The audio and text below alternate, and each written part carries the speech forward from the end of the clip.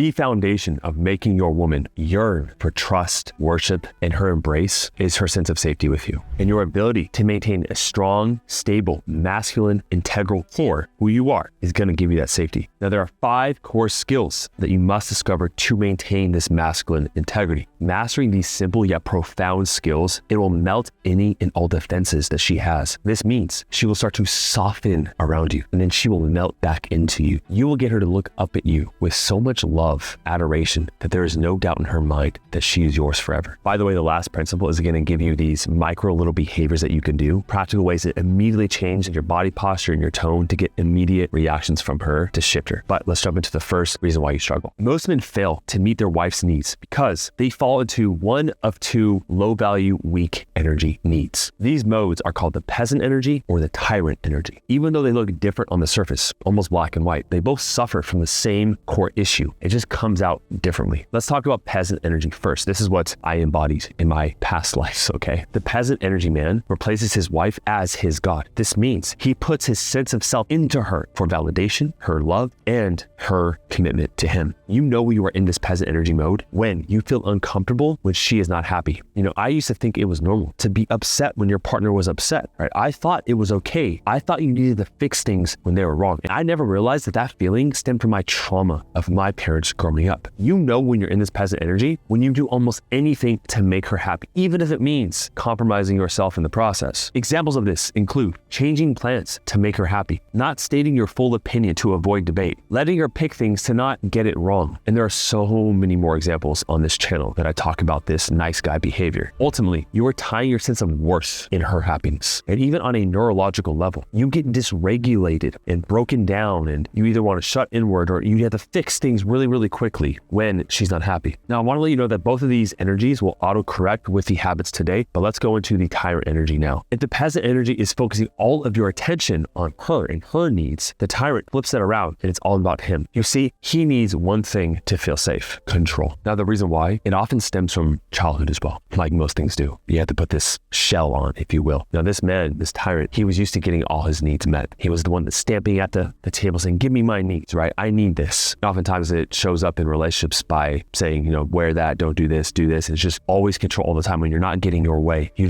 have to go deeper into just getting what you want. There is also an avoidance of deep core emotions, especially when vulnerability. You also know you're in this energy when you hate being told what to do. And the most important one, this is subtle, is that you often think you are smarter than most people and that you always have it right. And so when you get feedback, especially from your partner, you easily dismiss it. And for most men, they are highly rigid in their routine. And so their main emotions when their wife is upset is that they'll either get angry and just overwhelm her with their anger, or they will completely shut down and just avoid. So now that you know the 2 states that will eventually lose your wife and compromise her sense of safety with you, let's go through the 5 individual simple habits to step into this apex energy to make her feel incredibly safe and come back to you again. This first skill is the most underutilized, least talked about. You'll never learn in therapy or most books out there, but it is one of the most profound. I just got back from a teacher training, 4 days of intense training with one of the world experts in relationships, okay? When I was there, I was working with other teachers who were experts in their fields. When I say what I do, I often get asked 2 questions. Why do marriages fall apart? How do you save them? And I always say the same thing. In one word, marriages fall apart due to complacency. I even shared this on the channel and half of you actually got the right answer, which is beautiful, which means you watch the channel a lot. All that to say, this number 1 skill combats the number 1 reason why marriages fall apart. In one word, it is your presence. See, your logical mind wants to find the right words to say to her, right? The right sequence, the right stages. And I give a lot of that logical reasoning. But at the end of the day, you can give, and I have done this, 6,000 men the same exact system that saves so many marriages, but then some men just don't get it. One of the main reasons why this is because they lack presence. It's not what you do, it's how you do it, right? You are an expert in your career, right? You're way better than me, right? And if I was to come to your place of work and you were to say, Josh, do this, this, this, and this is exactly what I do all day. Do you think I'd be able to perform at the same level as you? Hell no, right? It'd be leagues different. The same thing goes with knowing how to hold your presence. If you can just master your presence with her, all those other skills will just auto-correct. So I want to do something different right now. I want you to notice how you are feeling in your body. I want you to notice, are you hunched over watching this? Or are you erect in your posture? Are you present with the words I'm saying? Or are you multitasking? Are you eating while watching this? Are you driving? Are you giving me all of your attention? Now, that's not as important, but how you do anything is how you do everything. And I can guarantee there are moments with your wife, whether on a phone call where you're distracted, you don't even have to be doing something else. You can be in the moment with her having a conversation, but you're thinking of other things. The most valuable skill is this presence, is your ability to remain empty mind, is your ability to have full connection with her. That is what she's seeking more than anything else. As a final example for this, I want you to imagine I'm talking to you like this, right? I'm like, yeah, so just, you gotta be present, man. And you just gotta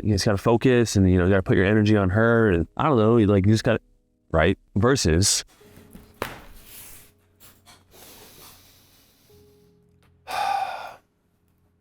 presence is the most important skill for you to master. If you can learn and discover in your environment with her to remain fully connected to her, despite what she's feeling, what she's saying, she will eventually trust you more than she's ever trusted you before. Do you feel the importance of what I'm saying? And I am delivering that with so much certainty because I am present with you in this moment, even though I'm looking at a camera. There are many ways to maintain presence. One of the best ways is to start a practice of presence, which means it doesn't have to be meditation. I recommend meditation is the easiest way. 20 minutes in the morning or at night or 10 and 10, doesn't matter. You can do yoga, you can do walking meditation. Developing that skill is the unsung hero and how much it will transform everything for you. So in the next conversation, not just with her, you can do this with anyone. I want you to practice in conversations with people, just maintaining eye contact, breathing deeply, and just meditate into them when you're talking to them. The second skill is your emotional stability. What a lot of men don't understand is that their wife has a wide range of emotions. Maybe you do understand. It's really hard to deny, isn't it? Now, she may shut off her emotions. I know a lot of the wives in the program and the guys I work with are more avoidant and they kind of repel, but a lot of times she's been avoidant with you because she doesn't feel safe to bring those emotions to you because you haven't been stable. I'm hoping this is possible for you. If it's not, it's okay. You can create one, but there has to be a moment for you. Maybe you've seen this in movies, at least. Maybe you've seen it with friends where a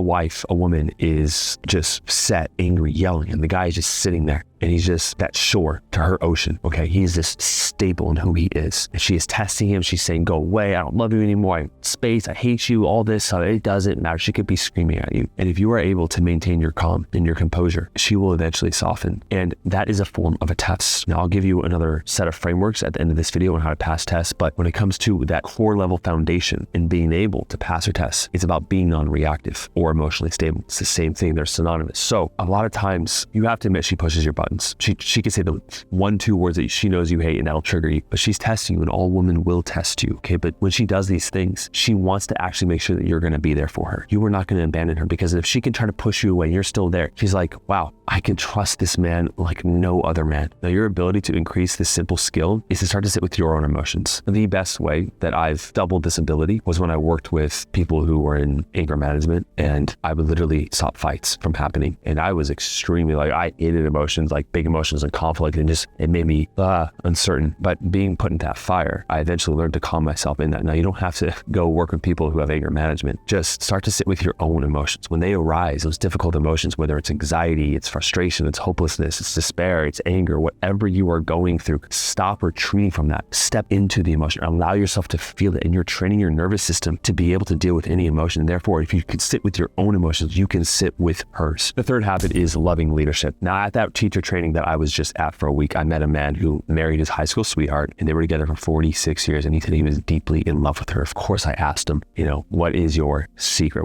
I always ask men who have a successful marriage, what do they do? I want to learn. And what he told me was quite simple. He said, no matter what was going on, I don't care if the kids were sick, if they were kicking and screaming, I had a Rolodex of 20 babysitters. Every single Friday or Saturday, we went on a date. Now, that is a small example of him leading in the relationship. As I said before, complacency is one of the key reasons that marriages fall apart. Now, presence helps that, but so does this ability to lead. Now, you can lead on the micro level and the macro level. That story with that man in his marriage is a micro example. Basically taking the leadership and saying, we're going to go connect here because we are a priority. Now, you can do this on the macro level as well. The way you do this on the macro level, there's a couple ways. One thing I do with my partner is that we have a combined goal list in our physical, health, emotional, relationship, financial, career, and spiritual. Now, we write our goals down much like a quarterly weekly review, and we sit down and we go over every single week, how are your goals this past week? And of course, with the relationship one, that is a component too. We talk about us, but we also talk about other parts of our life. And I'm guiding her, I'm helping her lead to the life that she wants to live. And we are growing together. So many men, right? I married her, she's there, she said I do. And I know you're learning this lesson or you've already learned it, but from now on, what I want you to do that's going to autocorrect this is I want you to start defining yourself as a leader. Start saying, I am a leader. I lead in every part of my life. And when you can lead more with your relationship, you can lead more in the workplace, you lead in every single environment. There's no reason why you shouldn't be a leader, why you shouldn't make decisions. People are looking to others to lead, especially her. Okay, so I want you to step into that identity that you are a leader in every domain of your life. For this fourth principle, at that teacher training, I met this brilliant, successful female psychiatrist. I'll keep her anonymous, but she's highly successful and she's out there online and she's brilliant. She's wrote a bunch of books, been on the Joe Rogan podcast, etc. Anyways, we're talking and she's been married twice. And one thing she said to me was pretty interesting. It stood out to me and it speaks to this idea. Even though she had a couple kids with her first husband and she loved her second husband and it was great, she admitted to me she never fully 100% gave herself to those men. This fourth principle is what I call certain claiming. What does it mean to actually claim her, especially with certainty? There is this container, this energetic container that you cannot see with your wife, but it is felt. Now, I learned in my last relationship, the key lesson out of many was that as a man, you are the one creating this container. She is just aware of it. Now, whenever you have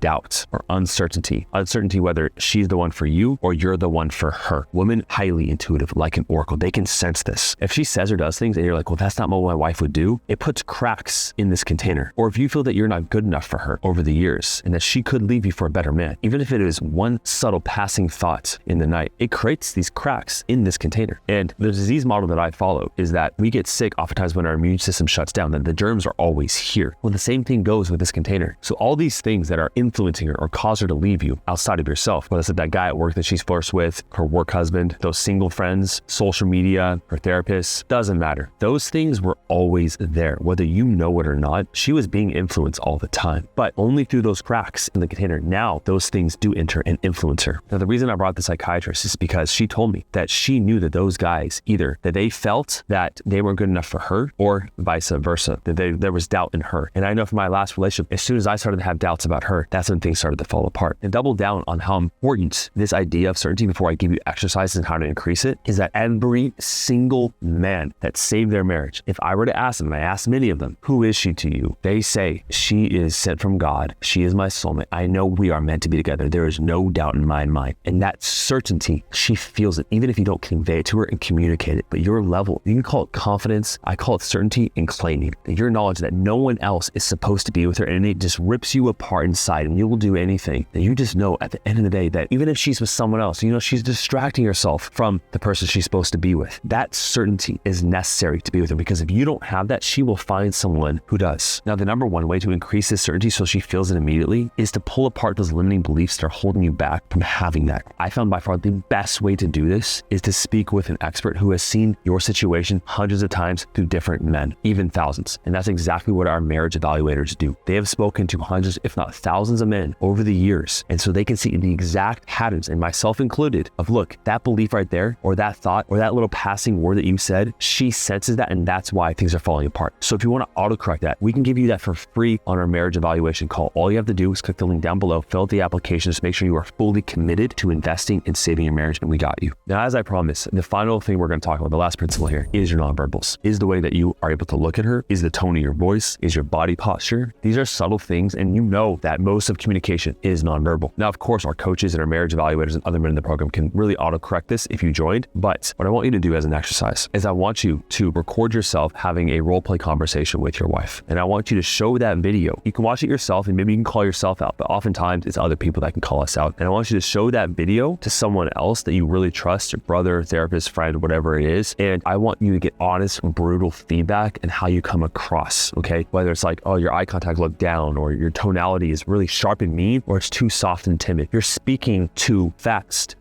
I can tell when you're around your wife and you're having these conversations, you're kind of slunched over, or you're guarding yourself, you're crossing your arms. All these little subtle forms of communication she is picking up on, and it is influencing how she feels towards you, is guiding her decision whether to be with you or not. So when you are looking at her, you are unwavering. You can blink, but you're going to blink slow. You're going to look at her in one eye, and you're going to breathe in deeply in your nose, and out your mouth. You're going to keep your body posture. Most people, they either have tied up shoulders like this, right? Or they hunch over on the side. You're going to keep your shoulders back and down. You're going to have a relaxed jaw, and you're going to speak slowly from your diaphragm, not from your throat like this, and you're going to speak slowly. I model this for you in every single video. I speak fast sometimes, I will admit, but I am modeling exactly how you should be speaking to your wife. It is calm, it is measured, it is slow, it is intentional. Your words have weight. You don't need to rush. You can sit back, open yourself up, you take up space, and you are stable. At any point, if she were to slowly push you, you would be unmoved. And it is so subtle that most men don't even recognize when they are having these reactive nonverbals. She notices, okay? So autocorrect those as well. Here's a video on tests, I promise you, and this video with this man who saved his marriage is the best video of a marriage transformation that I've ever had. And so I'd highly recommend you watch that out. Thanks for watching. I'll see you in the next one.